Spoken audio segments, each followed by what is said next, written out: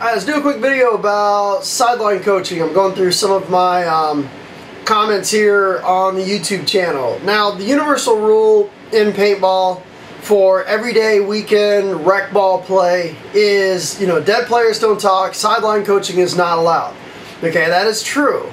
Here in Florida, now every other part, other parts of the country could be completely different, and most of the fields that I play at, on Sundays when people are practicing for upcoming tournaments where sideline coaching is allowed, such as the PSP, and practicing against other teams that are also practicing for the upcoming PSP, sideline coaching is allowed. Okay, you can coach from just about any part of the field except for inside of the field.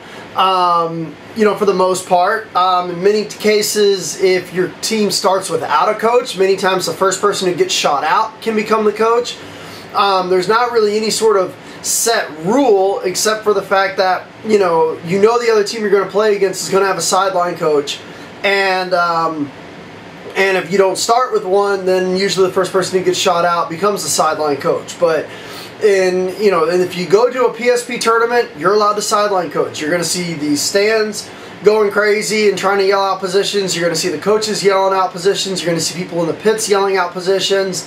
And practice is no different. So, yes, and 99% of where, paintball being played throughout the United States, sideline coaching is not allowed. In the videos where you see sideline coaching on the TechPB YouTube channel, it's because, we're practicing for an upcoming tournament where sideline coaching is allowed. We're practicing for the PSP where sideline coaching is allowed. The other team knows sideline coaching is allowed. They're sideline coaching. We're sideline coaching. It's all agreed upon way in advance. It's all fair. No one's trying to cheat.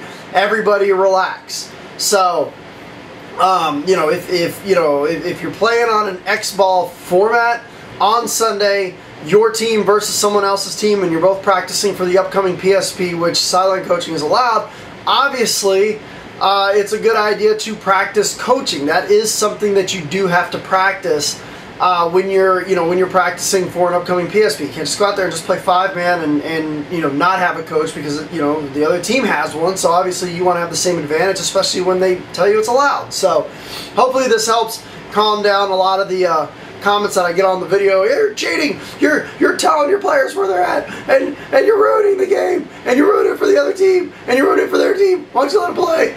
Everybody freaks out about it, okay? But if you come down here to Florida and you come down to some of the fields I play at, Central Florida Paintball, Blitzkrieg Paintball, and where it's 5-on-5 structured X-ball play against the other team, there is going to be sideline coaching, so don't be surprised. So that is just how it is. Most of the time, even if you said I don't want sideline coaching, they'll tell you probably you shouldn't have showed up on Sunday and played against teams that are practicing for upcoming events. So that's the difference between playing paintball the game and playing paintball the sport. Paintball the game, you just go out there and there's no sideline coaching, dead men don't talk, you're just playing a game, you're having a good time. When you're playing the sport, it's competitive. So when you're playing the sport that's competitive, you're practicing and practicing for an upcoming tournament, and that's what you gotta do. So yes, in the videos where you see sideline coaching is allowed. I do not have any advantage. Unfortunately, the microphone that I use does not pick up 150 feet away to where you can hear their coaches and their other players that are over there coaching the other team and telling them where to go. So hopefully this answers a lot of questions I keep getting on the YouTube channel, because every time I put a video up, a head cam video or a goggle cam video, and I'm sideline coaching my players, I get people just for whatever reason seem to freak out. So hopefully that helps.